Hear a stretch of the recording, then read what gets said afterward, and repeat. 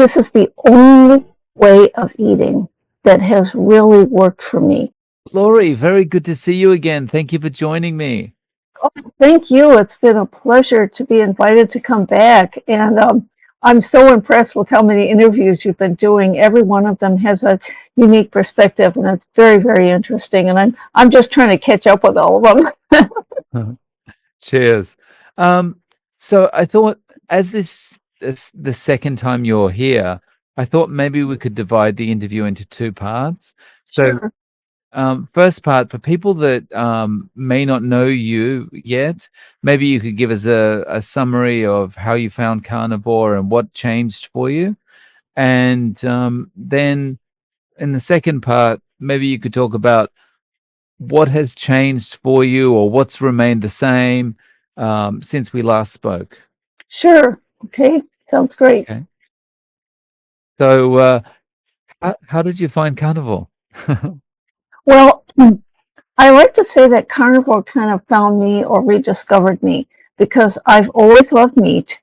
And the problem was that eating meat was a very good eating pattern for me. But as I started to, through the years, through my childhood, then adolescence and adulthood, other eating patterns joined the meat, and they were not as good. So I developed a very strong love of carbohydrates, for example. And then I developed a huge love for sweets. And, just those two, the sweets and the carbs, and, the salty junk food and the seed oils and everything else, that was, those three things were things that kind of pushed meat out of the center stage.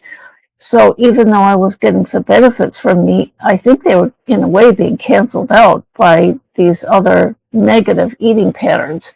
And even when I was a child, I was still a very healthy child, and I didn't have an ounce of fat on me. I was full of energy. I was a very, athletically prone child. I could, outrun and outkick almost every girl I went to school with. And then in adolescence, when my body started to change from a girl's body to a woman's body, my face started to puff out. I was slowing down physically, and I didn't like any of that.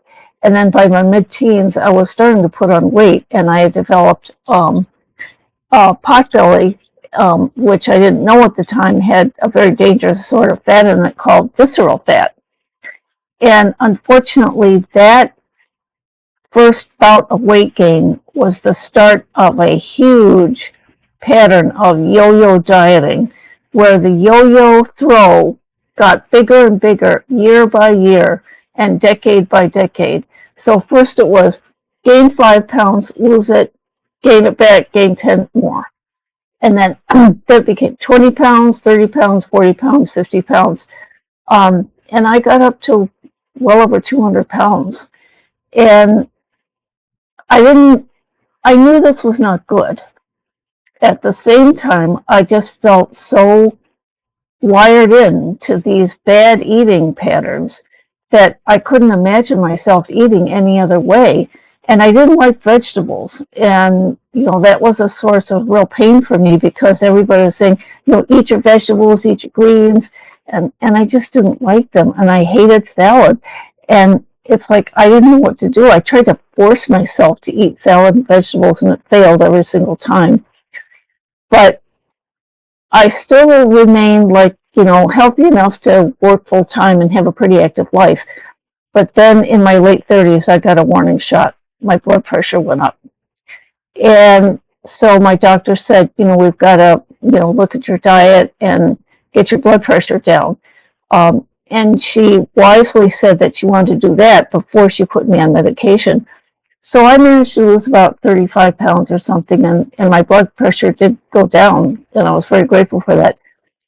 But that weight didn't stay off. It went right back on, plus another 20 or 30 pounds. And then by the time I got into my 40s and 50s, my stomach or my digestive system was starting to go to pieces. I was having diarrhea, and I knew that my digestive system was unhealthy at that point, but it's like, well, this is the way I eat, and I don't know what else to do. And then finally, by the time I was in my 60s, my colon was pretty much shot. And I got some bad news at a colonoscopy where they said that your colon is just really completely inflamed, completely, non-functional essentially. So I had a complete proctocolectomy. I had my entire colon and my rectum removed. And that was like the ultimate standoff for me. It was like, I cannot continue to eat the way I've eaten all of these years and actually all of these decades, but what am I going to do? And,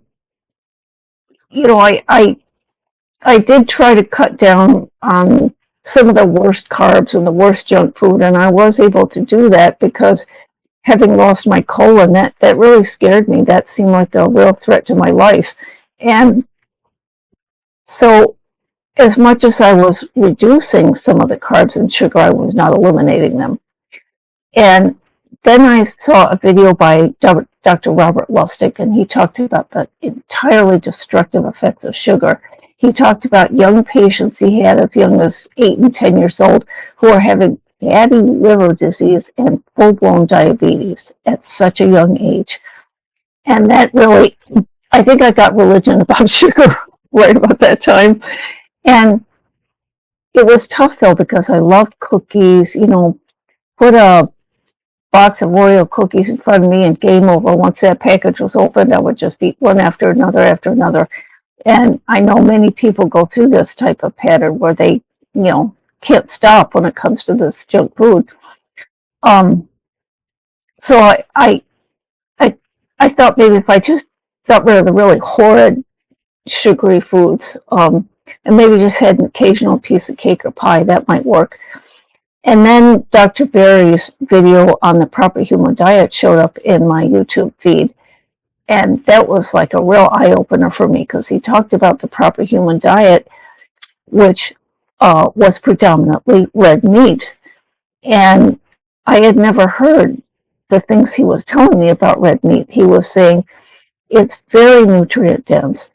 It's ancestrally appropriate. It is good for you. And it provides nutrients that you can't get anywhere else.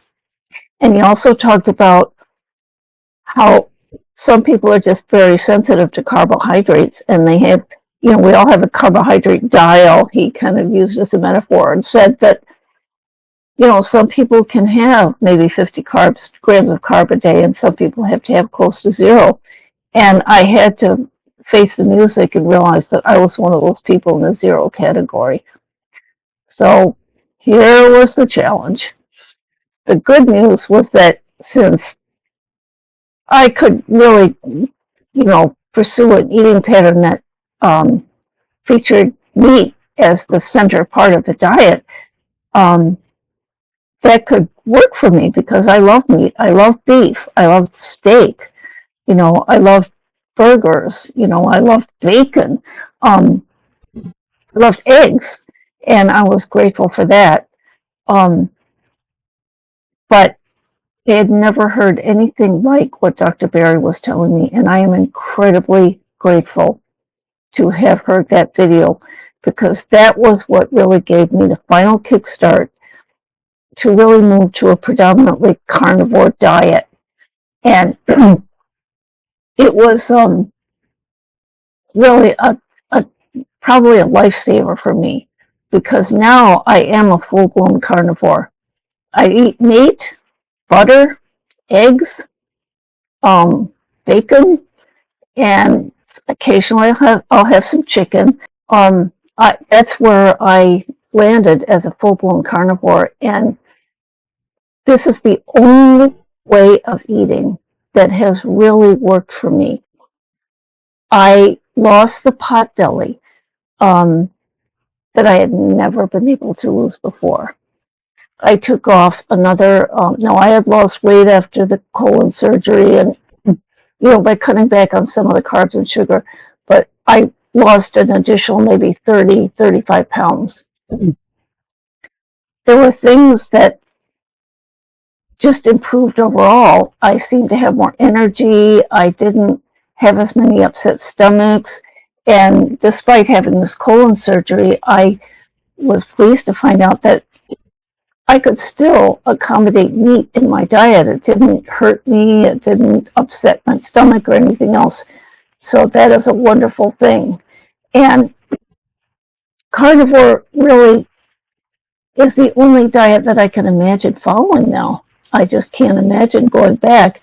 And one of the other things that fortunately I have heard and felt is I don't really have a lot of cravings for carbs and sugar because I know how destructive they were. And, some people talk about, well, once in a while I feel like I deserve a treat and maybe I'll just have one cheat day or something like that. And I have wondered about that with myself, and my answer is always the same. Why would I want to treat myself with a poison that almost killed me? It's just not worth it. That's not a treat to me. That's harm, and I don't want to be harmed. So that's pretty much where I am today.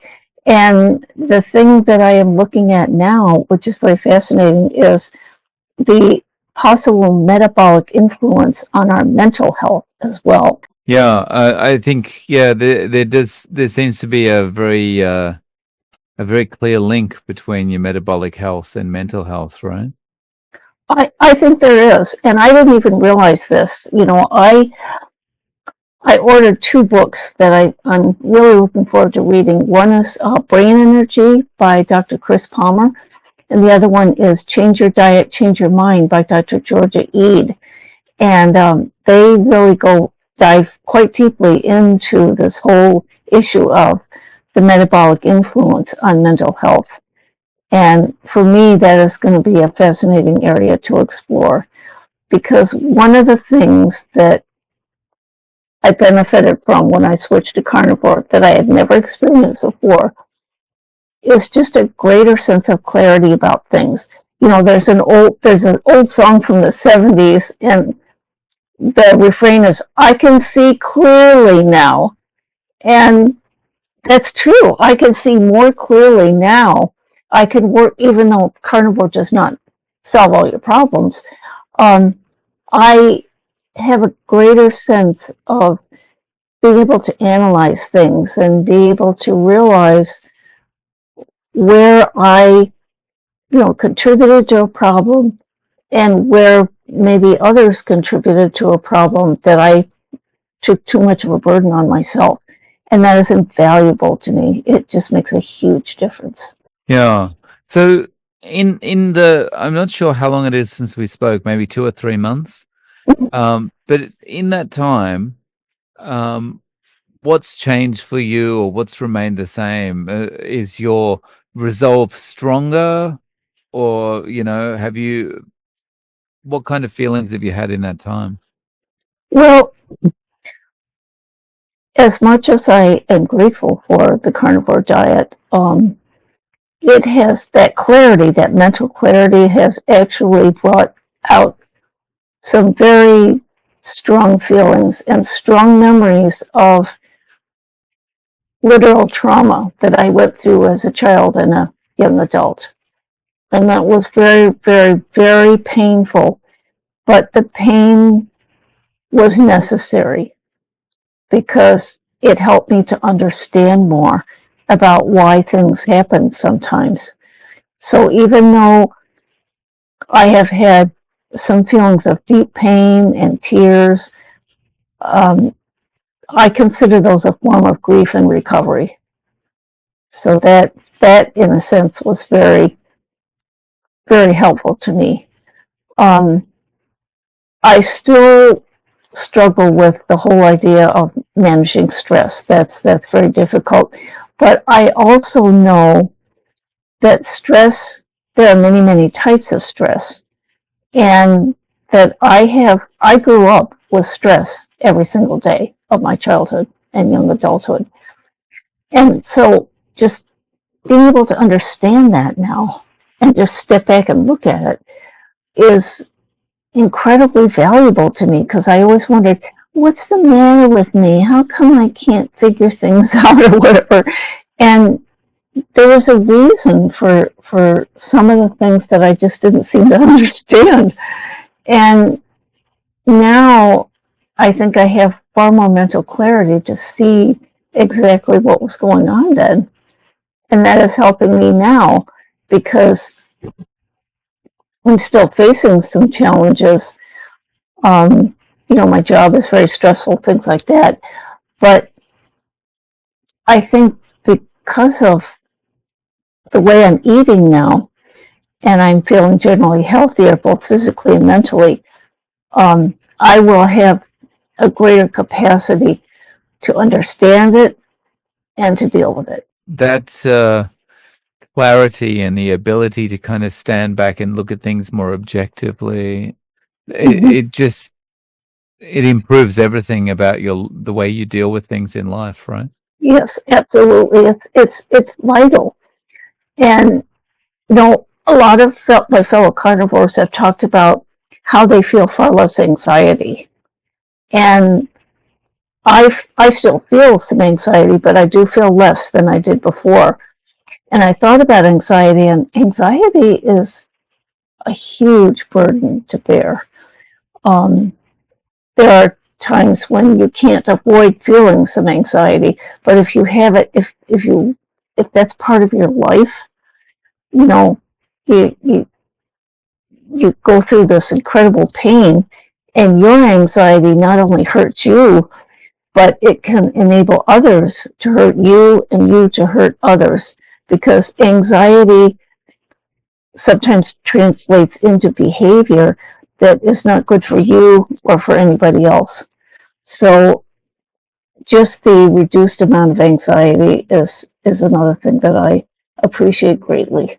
Where does it go for Laurie now? What does the future hold? Well, that's a really good question, because I'm trying to look at my future with more belief in myself, because that is something that has eluded me pretty much my whole life. I never trusted myself. I never thought I was good enough. In fact, I used to say all the time, I have NGE syndrome, never good enough. And I never thought in a million years that I could give up carbs and sugar. And I have to remember that is a huge step forward. It's probably the biggest step forward I have ever made in my life. And if I can do that, there must be other things that I can do that I never thought I could do.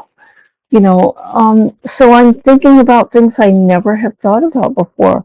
Maybe, a business, for example, or taking the skills that I've learned in my work for over 30 years. I've been writing technical documentation and doing editing. I've edited other people's books. I've, edited people's papers. I've edited very complex technical documents.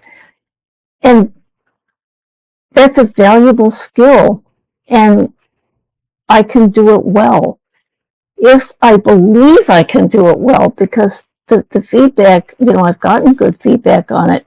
And one friend of mine said, when I was talking about, I'm not that good or whatever, I just don't think I'm very good. And she goes, well, not from what you told me, because you have presented evidence. There is evidence that you are very, very confident and good at what you do. And it's like, now that I think of it, she's right. So it's in talking about the mental health aspects and how they have benefited me from the carnivore diet, I like to think that whatever the future brings to me, that I will always remember it's critical to believe in myself, that this is my life. and I am the captain of this ship. Very well said.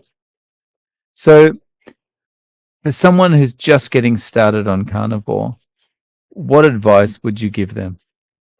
Well, I would tell them that carnivore is one of many ways that you can eat in a healthy manner. And I would actually, probably give carnivore a very high recommendation and a testimonial about my own experience. But I would recommend that they look into aspects of the carnivore diet and listen to the many testimonials from people. Go to videos like Dr. Berry's, watch a ton of his videos, look up doctors like Dr. Chafee and, Dr. Sean Baker, Dr. Paul Mason, these people who are very, very knowledgeable, and they really know how to research and present very good scientifically based information that is very, very helpful. And so I would recommend that they research, that they listen to YouTube videos. I mean, I would be happy to recommend any videos. I would recommend your channel many, many times because, you have interviewed people from all walks of life with all types of backgrounds, all types of experiences. And so I would not say that the carnivore diet is the only way, but I would recommend do not eliminate it. Don't be afraid to experiment. Don't be afraid to learn. Don't be afraid to research. Don't be afraid of meat, because meat is actually what we were designed to eat. We are ancestrally wired to do that. And I would also just recommend to them that you're going to hear a lot of anti-meat arguments, and it's okay to listen, but be prepared to question, ask why, question everything. And, if you feel like you want to kind of gingerly take a step forward with the carnivore diet, there are many, many people who can help encourage you and give you some, give you a cheer up and, high five and everything else. So you will not be alone. It's a place where many people have been where you are. And if it works for you, then that's all to the good. But there is no one particular eating pattern on this earth that is 100% correct for everybody. It certainly is the correct one for me and for many, many, many other people. So I guess, I would just try to gently encourage them to research, reach out, encourage where you can without feeling like, well, you got to try this diet, it's the only thing you should do, because people need to feel that they're still free to make a choice. On the other hand, I'm deeply concerned that there is still so much misinformation out there. I see it every single day. And that's why I'm grateful for channels like yours, where you just keep pounding and pushing back. And that's what we need. So, speaking of channels, could you tell us about your channel and where we can find you, please, Lori? Yes, my channel is Carnivore Cheer, and you should be able to see my name in my panel here. And I would love to have you come and visit my channel. I talk mainly, it's a very personally based channel, but I want to keep it growing because there are so many things it hasn't been on very long. I started it, late last fall, and I'm hoping I can somehow squeeze a little more time to get more videos in. But please stop in. I'd love to have you view my videos, and if you like what you see, please subscribe. I'd love to have you as a subscriber. So yeah, Carnivore Cheer. That's my channel. That's awesome. I'll link to it in the description below as well. Thank Lori, you. thank you. Thank you so much for coming on and sharing your story with us and an update. I really appreciate your time. You're very, very welcome. It's been a pleasure to talk with you.